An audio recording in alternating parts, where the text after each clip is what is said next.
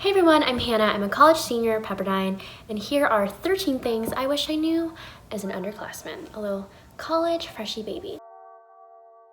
Number 1, don't ask to go to the bathroom. My mistake, I did not know. My first class at Pepperdine, I remember I raised my hand and I asked, can I go to the bathroom? Because I had been doing that for the past 12 years of my life. I remember the professor was like, yeah. I was like, okay, noted. Okay, now. It was awkward. You just don't do that in college. And no one tells you that, but people somehow knew. I guess I just didn't get the memo. You just get up and you go. Because have you ever raised your hand to go to the bathroom in high school and have a teacher be like, not right now? I'm like, well, okay, I'll go on my seat then. Number 2, always participate in class. I try to participate at least once every class meeting, raise your hand at least once, but preferably multiple times. Don't worry if you're being annoying or if you're saying the wrong thing. This lets the professor know that you are trying to do well in the classes, and that's all they need to know, because a lot of professors, when they grade at the end of the semester, they don't just take into account the straight up numbers that you received on your exams or projects. A lot of them do take into account how you behave in class. I know for a lot of syllabi, they'll say participation is 10% of your grade. But actually, I would say that participation can count for way more. I've had professors just being really nice in the past, and they recognize that I've been putting in effort because I talk in class, and they add points to my exam or at the end of the semester. They just need to know that you're trying. I used to think that the only way to participate in class is just by answering a question that the professor asks. That is absolutely not the case. You can ask questions. I love asking questions in class. Make up something to say, just contribute something every time you meet in class. I promise you that will make all the difference. This is actually such an important tip. And this kind of bleeds into my next point, which is perform in college. When I say perform, I don't necessarily mean getting up at a talent show and singing. You can do that for sure. But just the act of putting yourself in front of a group of people and talking, or just doing something in front of a group of people. That includes raising your hand in class. That includes public speaking in class when you're making a presentation or doing a speech. That includes performing arts, dancing, singing, getting involved in things like that. Just anything where you are putting yourself in front of a crowd. I'm telling you, there is nothing that has bolstered my confidence more than knowing that I can speak publicly at least decently and perform well in front of people, because those are high pressure situations. It's scary. So once you're able to get past that fear and complete successfully a presentation or whatever it is, it's I can do anything. Did you know a lot of people would rather die than do public speaking? I don't know how true that is, but I've heard that. College is a community of people who are your age. This is the best time to practice your performance and public speaking skills, because after college, you're not gonna be performing in front of people your age or people all in this community. Whenever you perform after college, it's gonna be in the real world, at work, in front of coworkers, in front of executive boards, in front of strangers. Okay, next is to go to office hours more and create a close relationship with at least one professor at college. I regret this. This is one thing that I really wish that I had done. It's too late for me now. I'll leave it in 2 months, but if I could go back in time, I would tell my freshman and sophomore self to just go to your professor's office hours a lot, regularly, or ask them to go get coffee, especially if you go to a smaller school like Pepperdine. It's not weird to do that. And professors love talking with students about life, about career, about everything.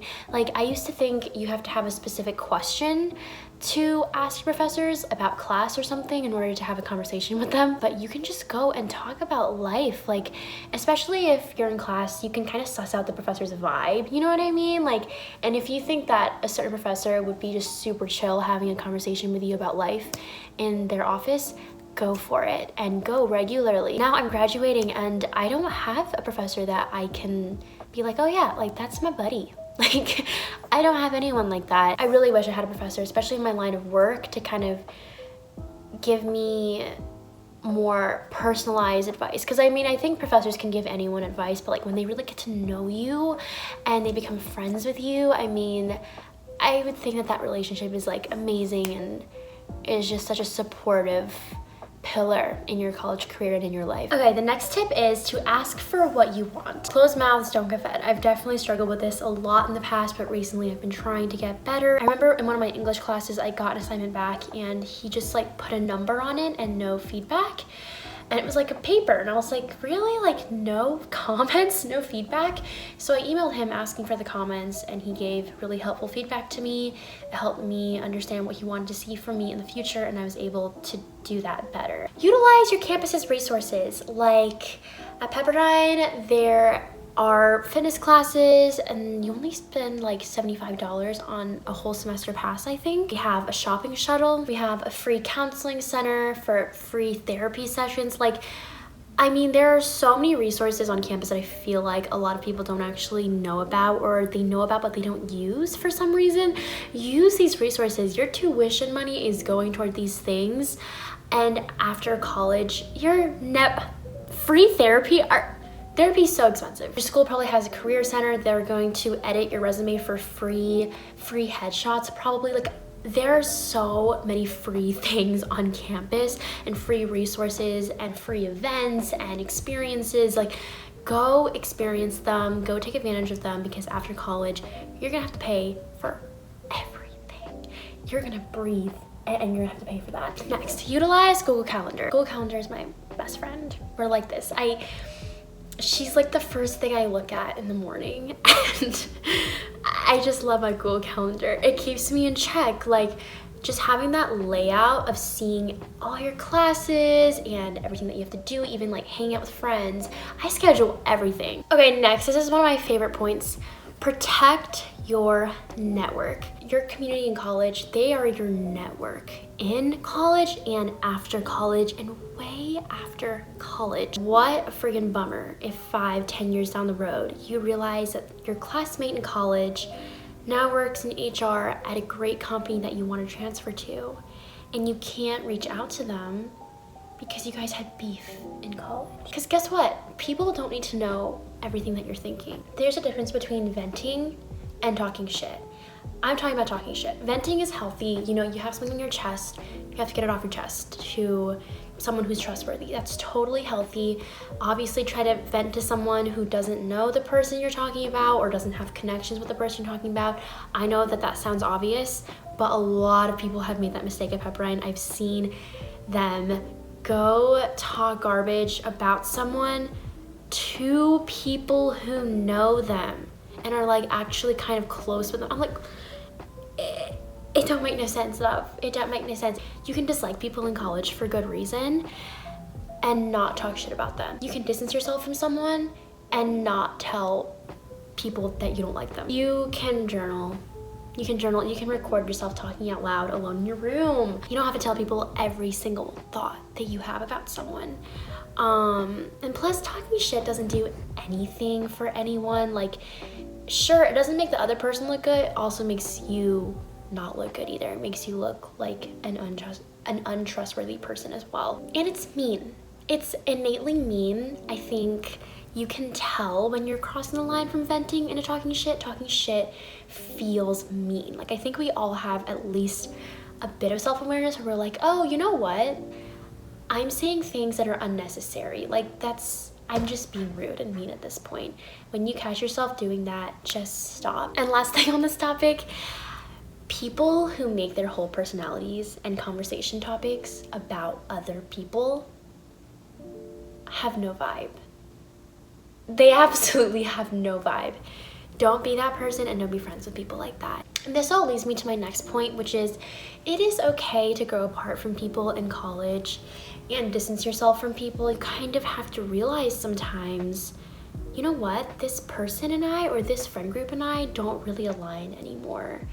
And I would rather be alone and make space in my life for the right people to come into my life than to always spend my time with these people who I don't even align with anymore. Life is too short to just spend it with people who you don't really even like that much. Okay, the next tip, in college, there are gonna be a lot of social pressures and just different voices telling you to do different things.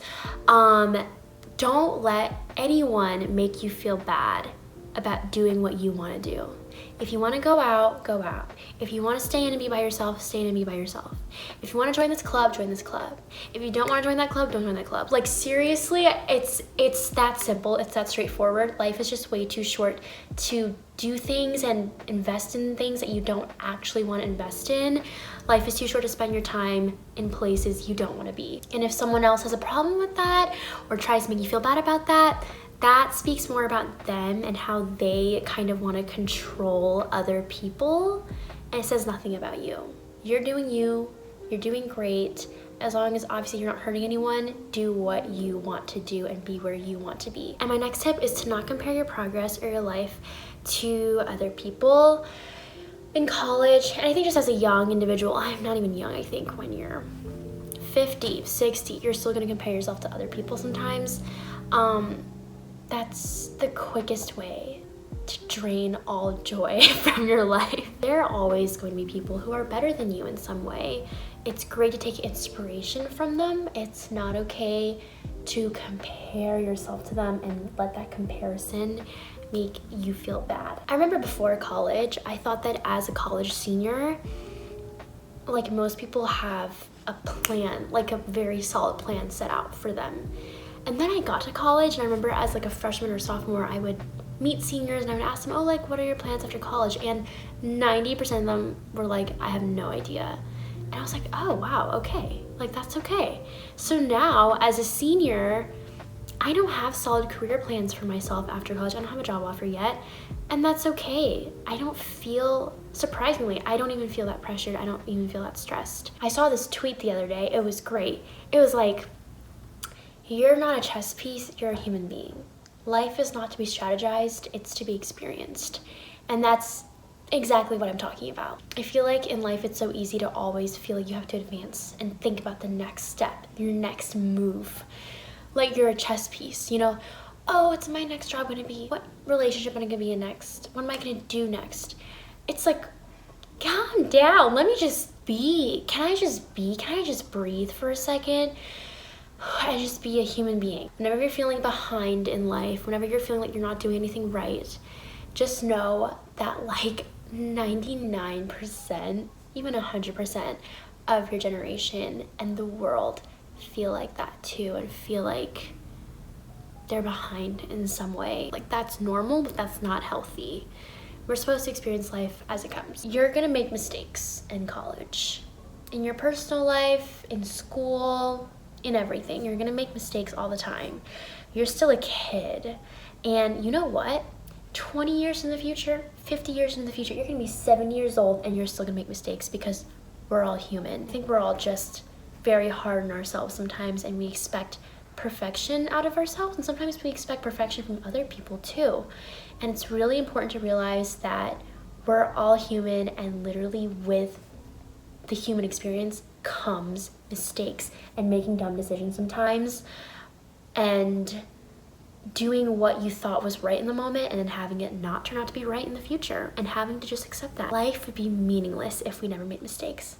Think about it. Like if life was seriously perfect and people were perfect and we were perfect all the time, life would be meaningless. So be thankful for mistakes. It propels the plot and it grows you into a better person if you are willing to learn from them and change accordingly. And finally, my last tip is to be kind to people. College is really, really, really hard. Being young and trying to figure out what life even is and how to be a good person and how to be the best version of yourself is really, really hard. And I think our generation, like Generation Z, is the most prone to experience depression and anxiety and loneliness. So definitely be patient with other people and be kind to everyone. You never ever know what someone is going through, and I think when we go through hard things ourselves, it becomes more apparent, and we start thinking about other people too, and like, oh my gosh, like I'm going through a really hard time right now, but people wouldn't know that. Like I'm going to class just the same, I'm like smiling and laughing with friends, but like inside I'm actually kind of sad. And if I'm going through this, I think a lot of people are going through their own struggles and pain. Also, I just want to say that so many of you guys have approached me on campus, and it's so cool that so many of you guys have found my videos about Pepperdine helpful. I'm going to graduate soon, but even after I graduate, I'm still gonna try to make videos about college or just life as an adult, I guess. I hope these tips were helpful. Let me know which one was your favorite. I'll see you guys next time for another video. Bye!